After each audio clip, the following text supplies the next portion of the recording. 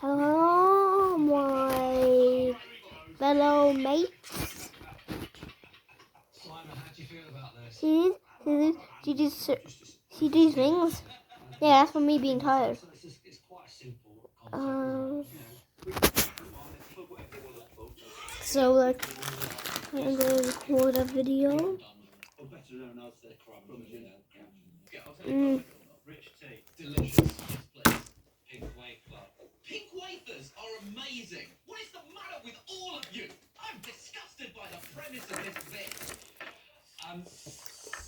Nish, what biscuit are you going to make king of the tin? Well, the biscuit I'm going to make king of the tin, if I can actually open it, is a chocolate hobnob. King of biscuits. Nice to taste and nice to say. The hobnob. Also, my wrestling name. Simon, do we crown the hobnob? Well, we have. I mean, it's been crowned by Annie Macari, Alfie Beaumont. I'm gonna get dressed and clothes, Daniel. I have an issue with well, if there are no bad biscuits, therefore, what Nish is saying, that all biscuits are created equal. Yeah, he is saying that. Yeah, and yet now he's saying Some that are the more- biscuit is better. Some are more Any equal other than biscuit? others. Yeah. Some are more equal than others. Yes, I'm a true biscuit communist. In that fundamentally, I still believe that there should be a hierarchy. Are we letting him have that, King? No. No.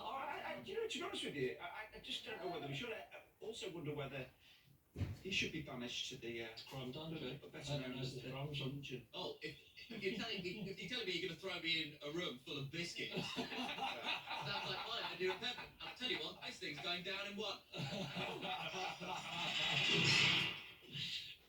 You're broken the show. I've broken it. Broken it. Okay, right, so we're gonna it's that kind of Easter weekend thing. I mean, this would be a great thing to make today. If you've already decided what you're having, then make it tomorrow. Just make it at some point.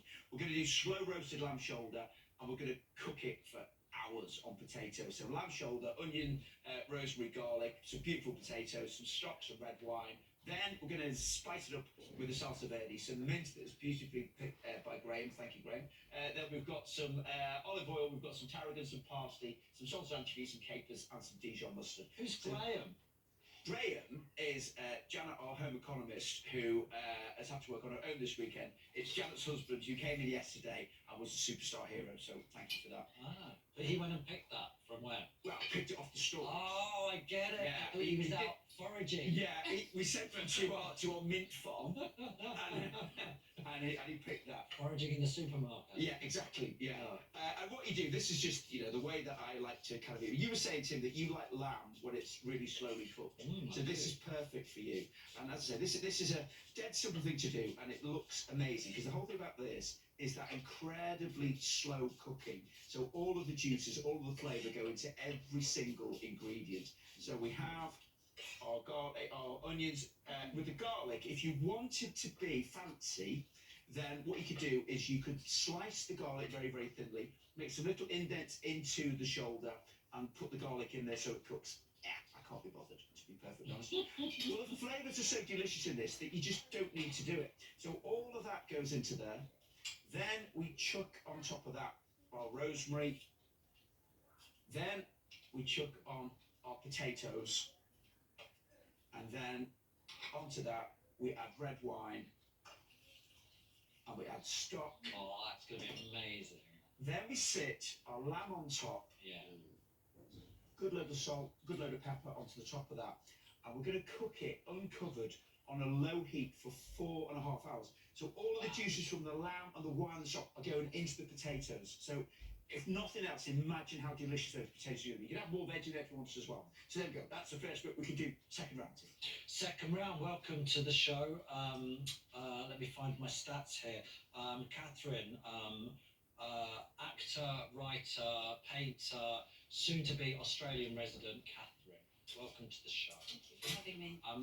Before you tell us what is your king of the tin, please could you tell us what are you going to stick in the crumb dungeon, better known as the Crumgeon. Crumgeon. Well, this was courtesy of my 8-year-old Dora, who said plain digestive. Is it plain digestive different to rich tea? Yes. Plain digestive, I think. You have to get it out of the thing. That's how the Because game she's- show works. This is probably the worst panel we've ever had so far. Sorry, I'm They're not sorry. good, yeah. Yeah, I think She's just disappointed that there's not chocolate on it. Yeah. Still. And I think you have a point. No, encourage him. Catherine, Because no. I would happily eat that. I've got to be honest. You're right. yeah? I am the Everyone great will- person of all time. Everyone will happily eat every biscuit, but that's not the idea No, of the power sorry. show. Okay. So that's the one you're sticking in the crunch. But I feel very sure about my next one. Oh, King of the Tin. What is your King of the Tin? As you'll know from my play, the theme is Jaffa cakes. Yes.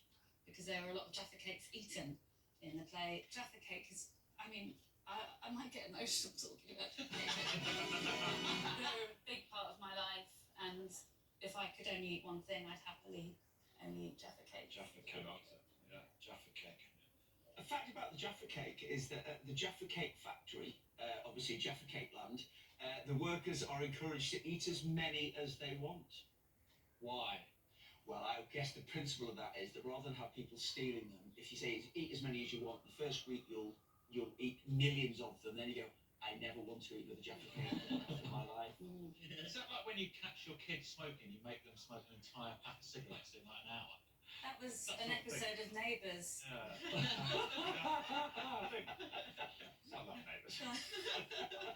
Catherine, thank you very much for taking the show seriously. Unlike your neighbour there. And because of that, we've got you a special present. We know you're going to Australia, so we've got you a hamper of Jaffa cakes to take with you, just in case they don't have them down under. We don't know whether they do or don't. Do they? That's so lovely. It doesn't say on my card, Tim. Okay, but don't touch it. We have to disinfect it. My goodness me, thank you very much. I'm actually touched. Really? It's just a wicker bar. You can keep the mug, but I love that. That hurts. That really hurts. Tim, I guess are horrible. What's happened to this? It's Easter. Come on. Terrible people. Okay, right. So, 2 minutes left. Good joking me. Right, okay. 3 minutes left. Loads of time. We've only got one more. We're out the King of the Tin and cook and finish the dish. No problem at all. So the sauce of ending. What we do for that? Into here. We have mint. We have olive oil. We have Dijon mustard. We have capers. We have anchovies. So this is just going to give us a little bit of acidity, a little bit of freshness into there. Then we've got some tarragon and some parsley. If you wanted, again, to be very precise on this, you can actually chop all of this, which is quite a nice way of doing it. But I just think, because this is going on to some beautiful piece of meat, blend it. Yeah, it's kind of quite nice to pulse it. Just get it going. And dribble a little bit more olive oil into there. Lovely. And you want that to be sort of smoothish, but it doesn't matter because you've got some texture in there. Right. Let's do the final round. Welcome to the show, TV presenter, river hunter, and octopus enthusiast Rick Edwards. Before you tell us what is your King of the Tin, Rick, please can you tell us what biscuit you stick in the Crumb Dungeon, better known as the Crumgeon? Well, first of all, love the format of this bit. Adore the term crumgeon. You are bang on. Dora is bang on. This dry nonsense of a biscuit that digest it. Get rid. But isn't that a good dunking biscuit? Whoa! Sorry. No, there you go. There you go. You're my Sorry. gutted. Do you know? I don't want to see a biscuit. What's happening on the show today? I know. Angry. Angry. A bad biscuit. It's like medicine. The Who's it? Victorians disapproved of dunking biscuits, and so you'd have to dunk your digestive in the privacy of your own home so nobody could see it. I think it was a euphemism, son. What's your King of the Tin, Rick? King of the Tin is this pure magnificence. The choco lightness. Such a class. The percentage of chocolate here. There's barely any biscuit. Turn it round so we can see, yeah. Yeah, my difficulty with those, I do really like the very posh biscuit. Do you go chocolate bottom or chocolate top when you eat it? Let's find out. Go chocolate top. All at once. He didn't care. Just goes in at once. Well, that's not been on for a few weeks. No, it hasn't. I mean, it has. It's been tried by Jack Jones, Clara Amfo, and Andy Osho. So it has been there. It's certainly the trendy, cooler end of the market, isn't it? It's up there, yeah. Yeah. Okay, you can vote for your favourite biscuit. Guys, I forgot, man. Jaffa cake or the Daniel's having a thing, so what's the point of calling this damn video?